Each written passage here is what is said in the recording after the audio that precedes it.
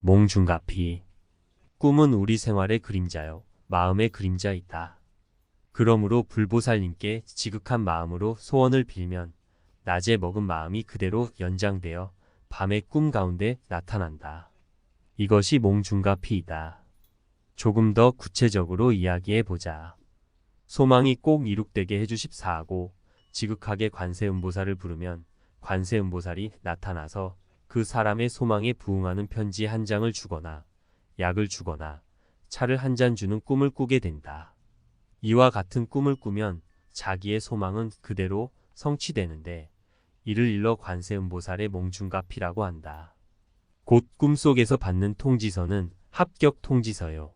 차를 한 잔 받아 마시거나 청심환 하나를 얻어먹으면 몸이 좋아진다는 징조이다. 꿈 가운데 열쇠를 하나 받으면 이튿날 생각지도 않던 돈이 들어오게 된다. 불가에 전해지고 있는 기도 영험담 중에는 3종가피 중 이 몽중가피가 가장 많이 전해지고 있다. 그 한 가지 예를 들어보자. 약 10여 년 전의 이야기이다. 서울 미아리에 40대의 보살이 살고 있었다. 그녀는 전생에 닦은 복이 많아서인지 어려서부터 유복하게 자랐고 돈도 잘 벌고 가정도 잘 돌보는 남편을 만났으며 아이들도 착실하게 공부를 잘하여 근심 없이 살았다. 그런데 어느 날 갑자기 입안이 허는 병이 생겼다. 한두 군데도 아니고 온 입안이 헐어서 음식은커녕 물조차 먹기 힘든 지경이었다. 병원에서 치료를 받아도 차도가 없고 한의원을 찾아가니 입안이 허는 병은 위장에서 온다고 하며 위장약을 지어주었으나 역시 효험이 없었다. 설상가상이라 더니 마침내는 혀를 움직일 때마다 입안이 아파 말조차 제대로 할 수 없게 되고 말았다. 날이 갈수록 그녀의 몰골은 여위어만 같고 말조차 제대로 할 수 없으니 신경만 날카로워지게 되었다. 남편의 자상한 보살핌, 아이들의 재롱도 귀찮게 느껴질 뿐 아니라 죽음의 그림자가 그녀를 덮고 있는 것 같아 견딜 수가 없었다. 그녀는 집 가까이에 있는 절을 찾아갔다. 부처님께 절을 하면서 살려달라고 매달리고 싶었으나 엎드리면 이빨이 다 쏟아지는 것 같아 절도 할 수 없었다. 입안이 퉁퉁 붓고 헐어서 관세음보살을 부를 수도 없었다. 하는 수 없이 그녀는 가만히 앉아 부처님을 쳐다보면서 속으로 빌었다. 대자대비하신 부처님, 제 입병 좀 낫게 해주십시오. 온종일 부처님만 쳐다보면서 이렇게 한마음으로 빌다가 집으로 돌아왔다. 그렇게 하기를 며칠 그녀는 꿈을 꾸었다. 그녀가 열심히 부처님을 바라보며 기도하고 있는데 부처님께서 갑자기 자리에서 일어나 불단을 내려오셨다. 그리고는 닭이에 담겨있는 물을 찻잔에 가득 따라 주셨다. 엉겁결에 그것을 받아 마시려는데 부처님께서 일러주셨다. 그냥 삼키지 말고 입안에서 우물우물하다 넘겨라.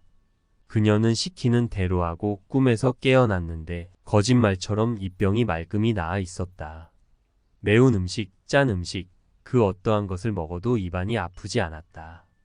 세상에 어찌 이토록 신기한 일이 있단 말인가? 그녀는 감격하여 불교신문에 이 사실을 투고하였다. 글솜씨는 서툴지만 불자들에게 부처님의 불가사의한 가피력을 알리고자 투고하였던 것이다.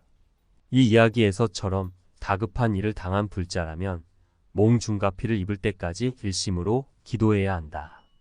꼭 소리를 내어 염불을 해야만 기도가 되는 것은 아니다. 생각 염자 염불. 꼭 입으로 부르지 않더라도 마음속으로 부처님을 열심히 생각하면 그것이 참된 염불이요. 생각하고 매달리는 마음이 간절하면 부처님과 하나가 되어 저절로 가피를 입게 되는 것이다. 성일스님의 기도 영험 이야기. 49제와 천도제의 공덕. 부인 영가 천도 후 건강. 경제 모두 안정. 15년 전 부처님 오신 날이었습니다. 법당 앞에 까만 옷을 입은 남자 한 분이 하루 종일 앉아 있어 오가는 사람들의 눈길을 끌고 있었습니다. 저녁 무렵 온데간데 없이 사라진 이 남자는 보름쯤 후에 다시 절에 찾아와 앉아 있었습니다. 가까이 가서 보니 눈빛이 이상하고 횡설수설하는 것이 정상인이 아니었지요. 그래서 염불을 많이 하고 언제나 관세음보살을 염송하라고 일러주고 천수경과 염주를 주어 돌려보냈습니다. 그런데 그의 가을 별을 뵐 무렵 그 남자가 다시 절로 찾아와 자신의 처지를 토로했습니다.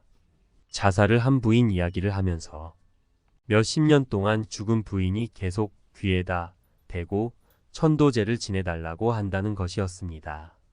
23살에 자살을 한 부인의 홀령이 남편한테 붙어서 계속 49제를 지내달라고 한 것인데 형편이 여의치 않아 49제를 지내주지 못했다는 것이었지요. 그 뒤로는 부인이 산으로 가자면 산으로, 들로 가자면 들로 가는 등 온 산천을 헤매고 다녔다는 것입니다.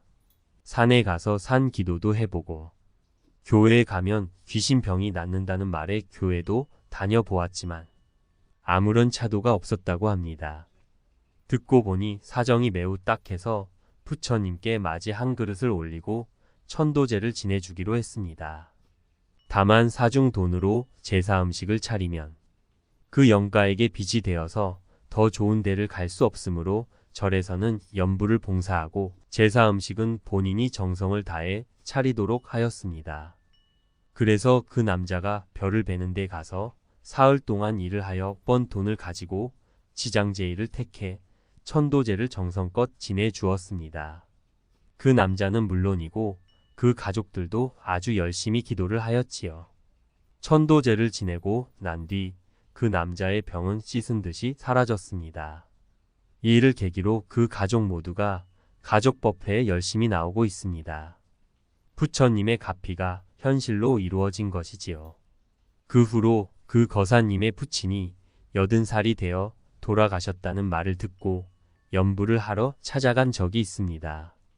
가는 길에 그 거사가 얼마 전까지 살았다는 옛 집에 들러보았는데 그 집의 구석구석마다 관세음보살을 써 붙여 놓은 것을 볼 수 있었습니다.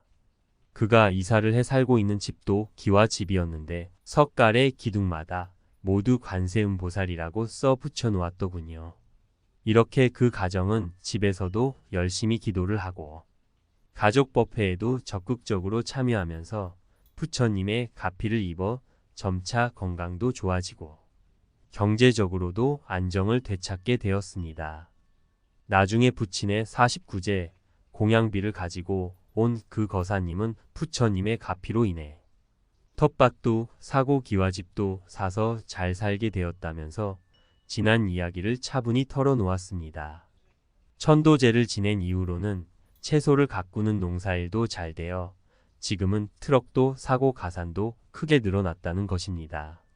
이렇듯 가만히 지켜보면 천도제와 구병시식도 해야 하는 것입니다.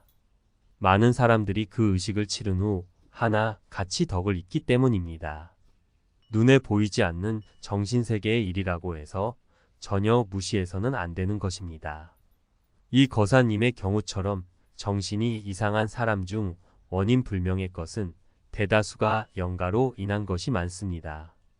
영가가 원하는 대로 천도제를 잘 지내주면서 영가를 위로하고 좋은 법문을 들려주어 해탈할 수 있게 해주면 정신병도 낫고 여러 가지 힘겨웠던 장애가 거치는 것입니다.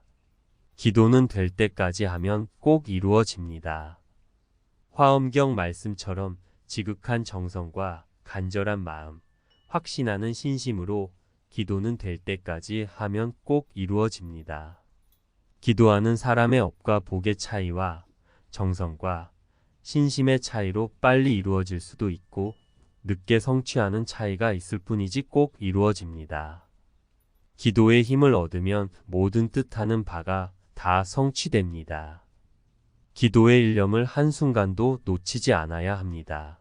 우리의 마지막 자산은 기도입니다.